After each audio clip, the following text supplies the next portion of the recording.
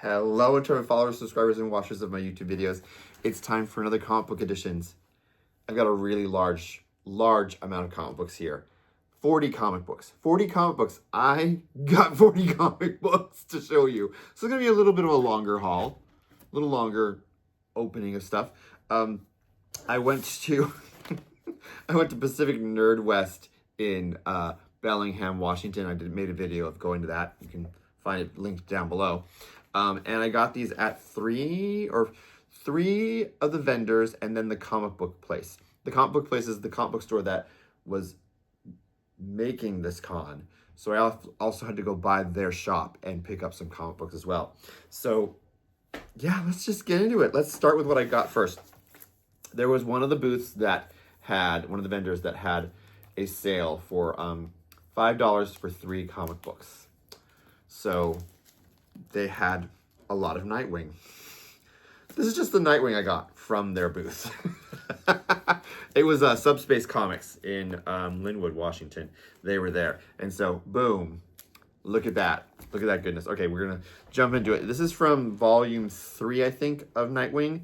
So, it's following all the way through. I've got so many. First up is this annual for Nightwing, number 1. This was the New 52 era, by the way. So look at that cover. It's number 1. And then I picked up issue number 6. And that's him in his red outfit, the black with the red on it. It starts with that in this era. I've been trying to collect this volume of Nightwing, so there's not much left to get of it. It's pretty, I'm finding it pretty easily. And then this is number 8. So yes, I'm missing number 7. So number 8. And here is number 9. It's another pretty cover. And then here is 10. Pretty gruesome red. And then this other number 11. And then we have number 12. The art on these covers are really great.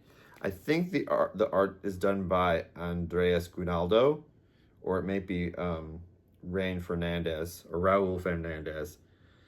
So I'll check. If it's not one of them, I'll put the name right down here for y'all, so you know who the cover artist is. Here's another wonderful one. I'm not a big fan of his red suit. I'm more of his blue suit fan, but you know what? It's Nightwing. He's pretty cool. Oh, this cover. Okay, this cover is cool because there's actually 2 different covers for this issue. This is issue number 15. It's part of the Death in the Family series, and this is the cover where he's wearing a Joker mask, like he's been turned into a Joker. And there's another one that's him not in the mask.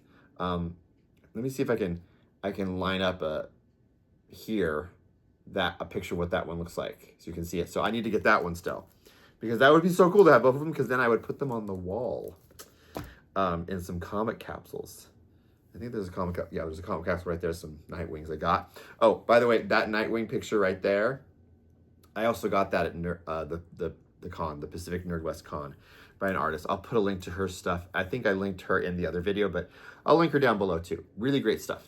All right, here is number 17 in this run, volume 3. Then here is number 18. And then this is a really cool cover. This is number 19. I like the look of this cover. Then we have number 20. And then we have number 21.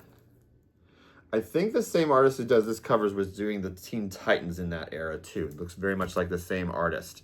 Oh, this is a really cool cover. It's got, you see him, and it looks like, I think, Bruce falling, and in the background you see his parents falling too. Oh, that's cool. That's a cool one. I like that. Oh, this one gets a little more gruesome. Oh no, not Nightwing, that is fate. Ah, the prankster. A City of Flame, a hero alone, number 24. And then, oh look, year 0. They did a year 0 one, sort of kind of a cover with issue number 25. That's really cool looking. Oh, he's showing how muscular he is in this one, number 26. And the last one I got from that run so far is number 27. Number 27. So I'll show you what I have left to get. I need to get for the Nightwing Volume 3 is right there. So yeah, that's a big chunk of it right there. That's 27 issues, 28 issues actually with the annual that I got of that. You notice they're curved a little. I think whatever box they were sitting in, they were curved. So I'm gonna put them somewhere where I can uncurve them. Maybe set them the opposite direction of what they were sat in, so they would hopefully not be that way. And then another booth had some what ifs. You know what the TV show What If? Well, it's a comic book originally and had very different what ifs. So I got a few of those what ifs because they were really cool and I thought they were neat. One of them is issue 9 of What If, and it's what if X-Men died on their first mission. So it's all the original X-Men. What if they died on their first mission? So I think this is this is the era where the original X-Men went to defeat Krakoa, and then he formed a second team of X-Men to try to defeat Krakoa, which ended up being like a Deadly Genesis storyline later that's more canon. But this is an interesting one. I can't wait to read that. What's really cool is this is a direct sale one, because see this? If it's not direct sales, if it's a newsstand, there would be a barcode right here. So this is an era when there was two kinds of comic books that went out. Newsstand ones, which went to like supermarkets, newsstands, actual newsstands, or like a 7-Eleven or supermarket like that, or a mini mart like that. They would have a barcode. But if it was direct edition, meaning it went to like a comic book store, when comic book stores started becoming a thing, they'd have this direct edition where they didn't have a barcode. Little fun fact. The next one is, what if Silver Surfer had not escaped Earth? So there was a storyline in which Silver Surfer was stuck on Earth, and this is what if he was not able to escape Earth and he was stuck here. So that should be interesting. It's got Mephisto. And I think this is, yeah, I don't know who the artist is. It looks like McFarlane. I don't have my glasses on, so I can't see the signature, but if it's McFarlane, I'll put it down here. Future Joel. And then the last what if I got that, oh, I didn't realize this till I picked it up. I would have tried to get it for less. Is what if the Marvel superheroes had lost Atlantis Attacks? So they're in the late 80s, early 90s, there was a crossover in the annuals called Atlantis Attacks, where this one guy tried to destroy the Earth with by rising up an evil villain monster called Set. I didn't realize when I got it that this was folded. That's a no-no. They should have seen that. And so I did pay $2 for it, but I would have said, listen, that's folded. How long has it been like that? I could have probably gotten this for a little less if I had really thought about it. That's one of the things I try to do. I'm trying to get better at looking at spines for ticks and breaks and folds. Sometimes if if it's a higher priced issue, I'll ask them if I can open up and look at the inside of it to make sure it's not too yellowed or discolored in any way. So that's my bad. I should have kept an eye on that. But this was a storyline. Atlantis Attacks was a storyline I really liked of the crossovers because it was in the annuals. So it wasn't in the main storylines. If there's a time of the year where there's like an extra week, they put out annuals. And those annuals are once a year during that extra week of the month. And they just print those. And so in the late 80s, early 90s, they decided to make them crossovers. So they were separate from the mainline stuff, so you didn't have to worry about it like affecting whatever story was going on in the main edition. So I thought it was cool. And then I decided, because I have that new wall I've shown you before and some other things of a Phoenix. It's just all these Phoenix covers. I saw this really cool Phoenix cover. It's a variant for issue number 11 of the Phoenix, and it looks like a tarot card from a tarot deck. So it was really pretty. She's in her original outfit, Marvel Girl outfit, but she's got the Phoenix Force in her hand. I just thought that's a cool thing. I have to get that one. And another cover I had to get because I'm a big fan of this character is Colossus. And this is from Astonishing X-Men. This is issue number 25, I think. It's Colossus. I have a Colossus wall, so I'm going to get a comic capsule that's red because that'll pop out even more in that cover. I don't know who the cover artist is. I'll find out, and again, I will put it in the down below here. There's that person's signature. So if you know what that is, you can be like, oh yeah, I know that. But if not, it'll be down right there. Then some other variant covers. These variant covers all came from Subspace Comics booth. And I got these covers not even knowing that this was a thing, and I thought, you know what, I need to get these. There's 2 more I'm missing in this set, but these would be really cool to hang on the wall because I have the actual original issues and I've read them. But I just thought, these are so cool. I have to get these because it's very Star Trek and it's really cool variant covers. It's almost like they're stained glass and they can go together, so it'll be cool to put them on the wall together. So it's the most recent version of the or volume of Star Trek, and this is from IDW. And it's, yeah, look, stained glass. So each of the different characters that are in the book. So there is Cisco, and it shows one of the orbs from Bajor, his mom. It shows Deep Space Nine right there. I just thought it was really cool. Very, like, just the fact that it's just a cool cover of, like, making them into, like, stained glass. When I saw them, I was like, oh, those are really cool. You know, I really don't need them, but that's neat. And I was like, you know what? I'm never going to see these again because I found out these are incentive covers. There's not very many of them out there, which means those 2 I'm missing, it's going to be really hard to find them. But you know what? Just another thing to look for and hunt down and make a video about. Anyway, here's the next one. And it shows Data, shows his cat, shows Enterprise, and I don't know who this is. I'm surprised it doesn't have Tasha on here. That is the weirdest thing, is that Tasha Yar isn't on this one because I thought that would have been a good one. And then, of course, the next one is Dr. Crusher, Beverly Crusher. You see her husband and her son right here. There's Wesley and her husband, and I do not know who that is. And then there is the Enterprise, one of the Enterprise. I think that's like one of the other ones, like D or F. And then, oh, look, there's something going on that was in the issue. That Arch. And then the next one is, of course, a very classic character who was in the storylines, and that is Scotty. We have to get Scotty and all these different things that occurred during the time that Scotty was on the original Enterprise. So that's really cool. I loved it. I thought it was cool. So yeah, so those are the ones that I got, the Star Trek variant covers of these stained glass ones. So yeah, there's 2 more. I forget which characters they are, but hopefully I'll be able to get those. That's something I'm going to add to my list I have on my list of things to buy. Okay, so the next thing, of course, is, as you all know, I am on my Wonder Woman hunt for volume 2s of Wonder Woman. I got so many. Look at those. I accidentally got like some doubles, some duplicates.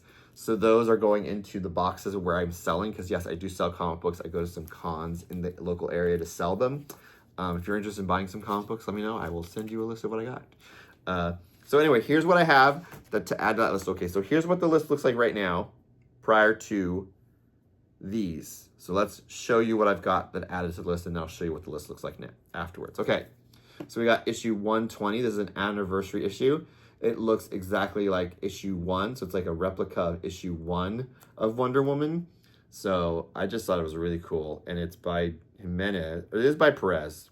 Oh, Perez redid it. Oh, that's so cool. Wait, is it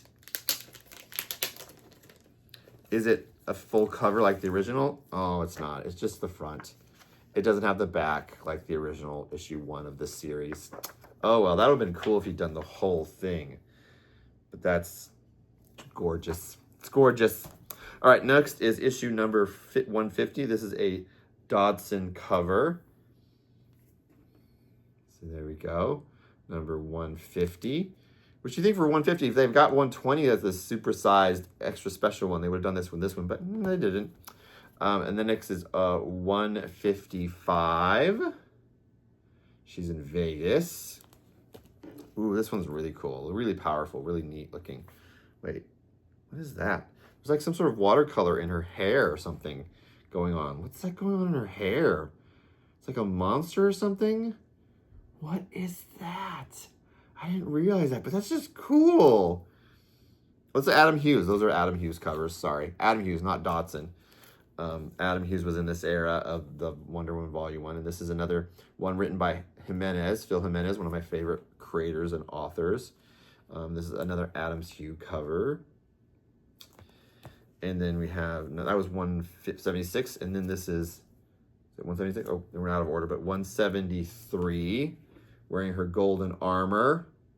If you saw it, Wonder Woman 84, she had that golden armor on too. Then we have issue 177. That's cool. Those Girl Scout singer in the air, like fangirling over her. I like this one because it's really tiny, this, but then right down there, one of them's holding a comic book. I don't know what issue that is, but it's another Wonder Woman comic they're holding. Like, oh my gosh, I need to get her to sign it. Then we have issue number 185, and she's kicking some Nazis' butts. Yeah. Oh, yeah. And the last one is number 187. I do not know. Is this? Yep, this is an Adam Hughes cover as well. It's very gorgeous and beautiful and crazy. So those are all the volume 2s I got this time. So we're going to pop up the list, show you what I've now taken off the list. So the list is dwindling down. I am so excited that I keep finding all these. So I'm very excited that I got them. Okay. Now on the other part of that is I also was trying to get some more volume 3 of Wonder Woman to complete that set. So I got one issue from that. It's issue number 18. Very cool little cover there. Cool. So those are all the comic books I got at the Pacific Nerdwest Con. But I did go by some artists out. Like I said, I got this lovely Nightwing print. But then I also picked up some more stickers from an artist there. She did these sets where the Masters of the Universe, and they're drinking tea. So I had to get She-Ra and Hordak to add to the collection. So I have these characters on some of my other boxes that I carry my comic books in. If you watch my weekly comic book haul boxes videos, I usually have a box with me and they have stickers on them. These two are the latest ones that she's made in the set. But she also had something else. She had a bunch of like little doodles or watercolor drawings that she did, and I saw this one and I knew exactly who the character was. And I had to have it for my Disney dining room. My dining room is Disney themed. If you want me to do a video on my dining room, leave a comment down below saying, please do a video of your dining room so I can show you my dining room in all its lovely Disney glory. But this is a character from a 1980s, 1970s, 80s movie they made, animated movie called The Rescuers. And this was the girl they were rescuing. Her name is Penny. So that's who they were trying to rescue. The rescuers were trying to rescue. So I've got her and another little piece of art that's The Rescuers. And so I can put those up on the wall together. So that's it. That is my haul. That is my comic books I've added to my collection, which means my collection is much larger. It is now, as of this recording with these, it puts me right around a little over 5,000 comic books. Yes, I have 5,000 comic books. I've been collecting since I was 10 years old. I have a lot of comic books, but like I've said, I am selling some of them at cons. By the time you see this video, I will be going to Grit City in Tacoma, Washington, where I'll be selling my comic books. So if you see this before Grit City on the 15th, please come by and maybe buy some comic books from me, or just see the lovely con that's going on. It's called Grit City Comic Show in Tacoma, Washington. I'll put a link to them down below, and maybe I'll do a video of me vending there. I don't know if I'll have the time to, because I'll be busy selling comic books. But anyway, that's it for me. And as always, like we always say at the end of the videos, comic books are for everyone. Okay, bye.